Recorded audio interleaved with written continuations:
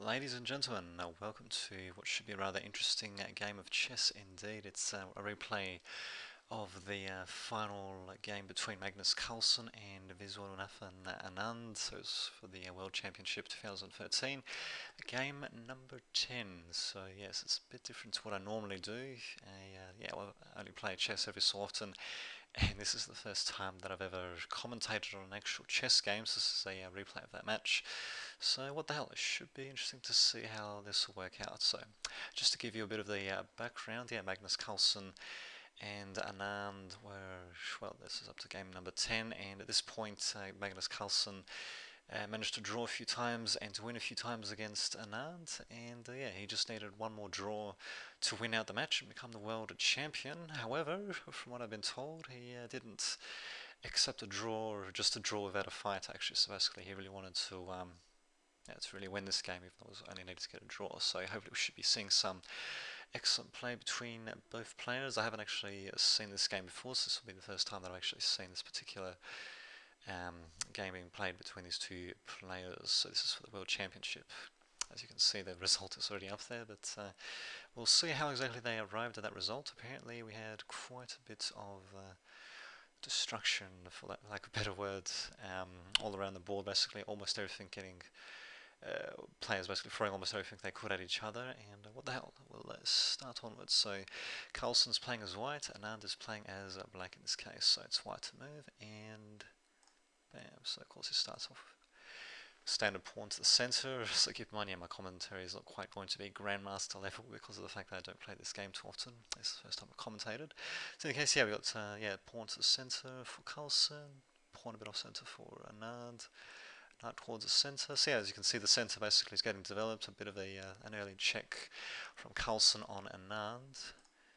And getting the knight forward to defend, nothing too unstandard. At the same time, he's also deploying his knight, but he is also blocking his bishop as well, so keep that in mind.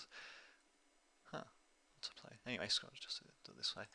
So as a result, Carlsen's instead going to be taking forward with his pawn and deploying his queen forward. Unfortunately, his bishop is going to be forced back with Anand's deploying his side pawn in the flank there, as you can see. So unfortunately, never mind, he's actually not going to retreat his bishop, he's just going to take the knight instead, and going to be trading pieces. Unfortunately, that does leave Anand's bishop to, well, a bit more free to travel around the board and cause a bit of mischief maybe. So we'll see how that works out. But we do have the queen around the middle as well for Carlsen, so let's just see what the next move will bring. Is actually, interesting. Bringing up another pawn sort of towards the center, I guess, to try to contest it. Interesting. Well, let's see how that works out. And we've got more pieces being deployed to the center from Anand, sorry, bishop being deployed forward for Carlsen. Maybe, I suppose if he takes the knight, I suppose he can force a double, the pawns to double up a bit, so weakening Anand's position. I'm not really sure if that's his intention or not, but we'll see. Another pawn going forward towards the middle. I'm surprised I didn't actually just move it too forward to pressure the queen. Could have just done that very easily, but interesting. He didn't, and he blockaded his bishop along this axis as well. Interesting. Well, whatever. Got some more knights being deployed to the center. So as you can see, Carlsen's pieces are mostly out. Anand's they probably are a little bit more trapped, but well, what can you do? So he's deploying his bishop forward. Got the castle towards the right for. I know it's not really. I'm not really using the correct terminology here, but I always castling towards the right anyway. I'll just call it the freaking right for Carlsen. Bishop coming forward for Anand to pressure the middle, maybe. Interesting. Alright. Queen also moving back. Wait a minute. Interesting. Okay, I guess it's just going to moving the queen back there. Okay, castle for Anand. Okay, to deploy his knight forward, of course. So maybe to pressure this bishop, maybe to try to do something else, not entirely sure. And wait a minute. Oh, whoops. I thought I saw something else there. He's going to getting the rook deployed for Anand. The first one to get deployed since Carlsen's are all the way back here still. Carlsen's just going to continue deploying his pawns forward. Queen a bit more forward for Carlsen. Sorry, for Anand. And there was the bishop that got taken by the knight there. Queen's just going to take that, getting deployed a bit more further forward. And finally, Anand's pieces are starting to enter, well, to enter out into the wide open world of the board, as you can see. As you can see, that's still a bit of a tricky situation for both players, though. We do have the bishop getting pressured by pawn there. He's probably just going to take the knight. Nope, he's actually just going to retreat it there, so unfortunately losing a bit of his position there, losing a bit of momentum. Very unfortunate. What can he do? Nand's actually moving his knight back as well, presumably so his bishop can come out to play. I don't know. I don't know. And okay, what is going to move there just for hell of it, but no, he's not going to do that. Instead of moving his rook forward. Huh, interesting. Moving his pawn like that. He's going to be weakening his position there a bit to guard the king. Huh. Oh, that's well, whatever. And whoops, what was it? Oh, actually, that's what it was. God. Okay, there we go. Got the queen being deployed back for Anand. So, what does he plan to do with this? So interesting. And another rook, second rook, should I say, being deployed forward for Carlsen. The queen's going to be putting a bit of pressure on now as well. This pawn is being defended by this knight though, so it's not like as if you can really take that, or the knight, which is being defended by two pieces. Huh, interesting, very interesting. Okay, might be a bit of a little surprise like with this queen maybe, to get him to take while the knight is pressuring something else, I'm not entirely sure. Let's just see in the case king's going to be moving a bit away for, okay, probably because he doesn't really want to, in case of something comes in through that diagonal, but he doesn't want to be pressured, so now it's going to move his king away. Queen also deciding to move towards the left as well for Carlsen. Interesting, while Anand's king's just moving back towards the right, so a bit of a, interesting little bunch of moves there. I think this might have, I'm not 100% sure of this, but this might have actually been the first opportunity Carlsen had for a draw, though not entirely sure to be honest, because he did repeat these moves, that move twice. Interesting. In any case, Carlsen's not having any of that. He's going to keep pressing on, while at the same time his king might actually be threatened by the queen on the right. We'll see what happens. He is going to be moving his knight in response to that, but it looks like bishop going to moving forward for Anand. At the same time, though, they have the rook moving forward as well, maybe to help defend this pawn and this pawn at the same time, I'm assuming. So we're going to have the bishop taking the knight, and rook being deployed forward to take the, the bishop, sorry. Queen also moving forward to put a bit of pressure as well. Interesting place to put her. And queen being deployed forward for Carlsen. Yeah, sorry if my commentary is a little bit slapdash, but yeah, definitely I'm not used to commentating this sort of thing at all. But what would have been a nice sort of challenge. Generally, I mean, this was the World Championship 2013 between Carlsen and Anand, two rather very strong players. Anand from India and Carlsen from Norway, I believe. So, there you go. I guess let us continue onwards. Rook also being deployed towards the right, perhaps to counteract the deployment of the queen and the knight on the right as well by Anand. And Anand's just going to respond by pushing forward with his rooks. Want to be able to make something happen. Pawn pushing on the flank for Carlsen. And yet we are going to be getting a bit of pressure on the king most likely. Or maybe he thinks that he can just take the queen here, but then again this rook can take him anyway if this rook moves. So we'll see what happens. How will Carlsen respond to this? He's just going to be moving his pawn up. Interesting, very interesting indeed. Interesting. Alright, well. Now I'm actually going to be retreating his knights, unfortunately weakening his position on the right flank here just by a bit, but well, what can you do? Well, the pawn's just going to Carlsen's pawn's just going to take Anand's pawn on the D column, as you can see, and interesting, still not taking that pawn. Interesting, they could defend it. Oh, okay, but then the queen can take it. Okay, yeah, now we're going to get here, but now we're going to be pressuring that pawn as well, it seems. Interesting. Quite a little hanging position indeed. Going to get a bit of pressure on the queen now, with the pawn being defended by the knight there. What is Anand going to do to respond? He's going to retreat, so he's actually retreated quite a few of his pieces back, kind of turtling up a bit as it were, While Carlsen is yeah, basically a little bit on the offensive. He has to be very careful though, because if he makes a mistake here, he could end up losing big, to say the least, having all these pieces out, pawns hanging and all that all over the place. We'll see how this works out though for both players. So next move, we got the knight. Sorry, not the knight, the rook moving over to pressure the middle a little bit more. So I guess just to help defend that pawn by the looks of it, maybe freeing up the queen to do something. Maybe. In case, yep, going to have an exchange of pieces as well by the looks of it. So I'm assuming Carlsen's going to take the rook. Yes, he is. Trading rooks, trading rooks. Bam. Let's see, is Carlsen actually going to sacrifice his queen as well though? Oh yes, I'll be damned. Interesting, and 2, 3, 1, 2, 3. So it's actually equal paces on both sides by the looks of it. If I was to have a gander of the position, yeah, it's a bit tricky to say really. I mean, Anand does have his knight slightly more deployed towards the middle compared to Carlsen's knight, I suppose, but Carlsen's pawns are slightly more forward deployed than Anand's pawns, so yeah, kind of hard to call it as to who's got the upper hand here. Well, I'm sure, experienced chess players, what, maybe a grand total of 2 or 3 that's watch my videos, will probably be able to tell easily who's actually got the advantage here, but well, there you go, just keep going forward. So, okay, Carlsen's going to respond by actually deploying his king forward, bizarrely enough. Anand's going to respond by moving his around. Carlsen's still going to just move his forward. Anand's going to respond by doing the same. And yes, things are definitely going to get interesting when you actually got the sorry, when you actually got kings coming out into the play. Normally want to keep them defended and kind of behind your lines and all that for as long as possible. But nope, it's time for them to come out to play. So king coming towards the left for Anand. Carlsen continuing to deploy his forward. He's going to have to be very careful though, being this far deep into enemy territory. We'll see how this works out for him though.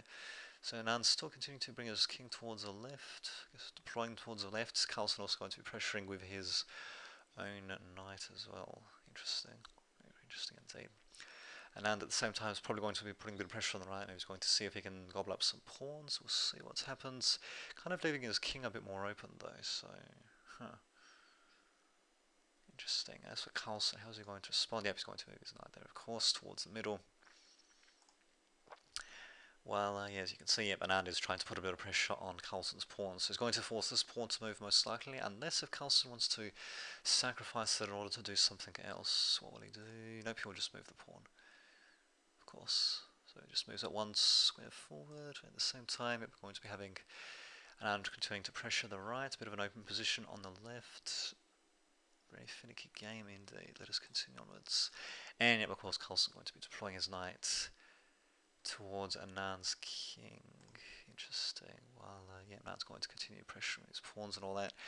Is Carlsen going to take pawn? Nope, he's not. He's just going to move his knight to not to castle, but sorry, to check the king instead. So going to have that happening, and of course, yep, he's going to have to move his knights away. As a result, we're probably going to have the knight moving probably either back here or here or here. Well, so certain places it can move from there. So it's interesting to see how Carlsen is going to respond to this, how this is going to factor into his wider strategies. So they're just going to move it here, which yeah, I suppose is kind of wise actually, given the fact I was actually checking the king yet again actually, so forcing Anand to have to move his king yet again. He's probably just going to move it towards the knight actually, and probably try to strengthen his position, sorry, on the right while he's at it as well. So let's just see. Yep, he will do exactly that. Who to think? And more checks from Carlsen. He's interesting. Maybe he's trying to lure the king of Anand over here. Not really too sure actually. And of course, yeah, I'm going to be taking that pawn as a result. I should have seen that. Whoops. So yeah, unfortunately, Anand's going to be losing a pawn. So being a pawn down in this sort of position, very much on a hair's edge to say the least for both players. Still, even though yeah, Carlsen managing to seize the material advantage at the very least by taking that pawn. How's Anand going to respond to this? Yep, he's going to just exchange pawns, of course. And try to pressure the knight a bit more and also deploy his king there. Interesting. Carlsen just moving his knights to take that pawn and to sacrifice it as a result. So Carlsen is actually going to be playing without a knight. I'll be damned.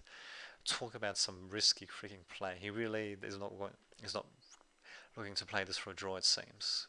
Playing with a knight down in this sort of position, it just seems like an insane thing to do. He really wants to grind Anand into a pulp by the looks of it, and yeah, he's basically willing to sacrifice whatever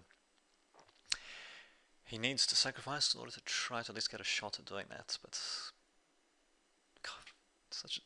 Of course, I even have the results already displayed anyway. I mean, you know, the game took place a couple of days ago, but still. Anyway, let's see what the next move will be. Okay, so yep, Carlsen's just going to pressure Anand's pawns. I wonder if Anand's going to sacrifice his knight to take a pawn, maybe.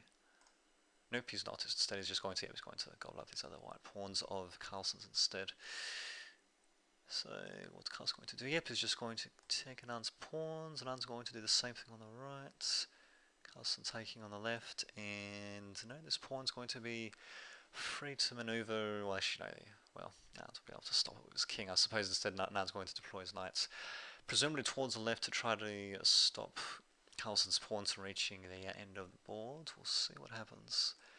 Okay, so Carlsen's going to be deploying his king forward. Anand's going to be deploying his pawn forward towards the end of the board. Continues to go on there. Okay, so yeah, if that keeps on going, then yeah, Carlsen will reach the end of the board before Anand does, I believe.